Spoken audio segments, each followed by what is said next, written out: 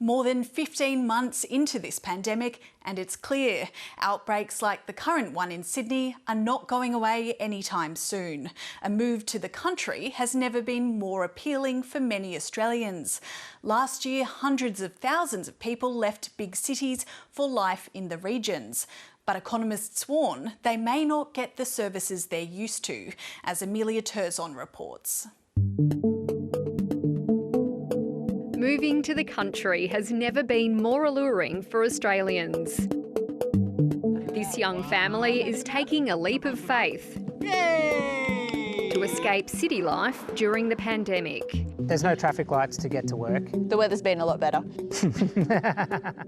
Jessica's originally from regional Victoria, but for Melbourne-born Jeff, it's a new lifestyle.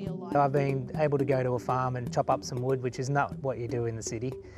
But finding somewhere to live has been surprisingly stressful. And there are only 3 rental properties in the whole greater Wangaratta area. We were really lucky that Jeff's new work managed to find this place for us, so very lucky.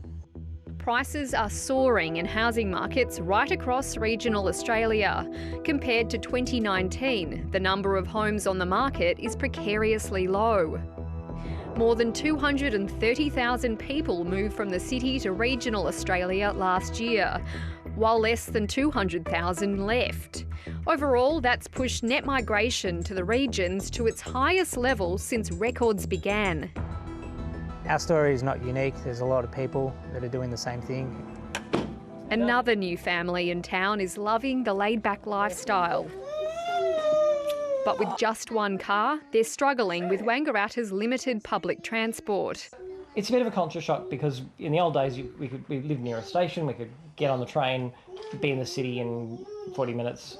There's also long wait lists to see a doctor. Some of their websites actually say we're not taking on new patients. There's 1 or 2 surgeries that are taking patients, and one of them is sort of on the other side of town. The region's local member wants more investment in services if people keep moving here.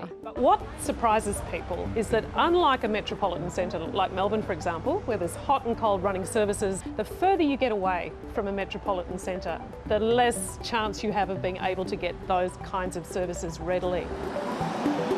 Demographers say with populations far lower than big cities, services in regional towns are always a step behind.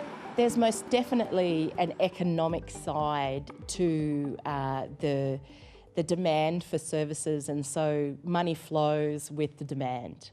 There's a lot to love about country life, but there's obviously a service gap and the tyranny of distance. As people flood to the regions from capital cities in the last year, only time will tell if they stay here long term. Many people moving to the regional areas will soon discover that it's not all that it's cracked up to be because the infrastructure is lagging. Denise and Jeremy plan to stay long term, as long as they can find a forever home. I don't know if everyone can handle what the change is like when they're really here.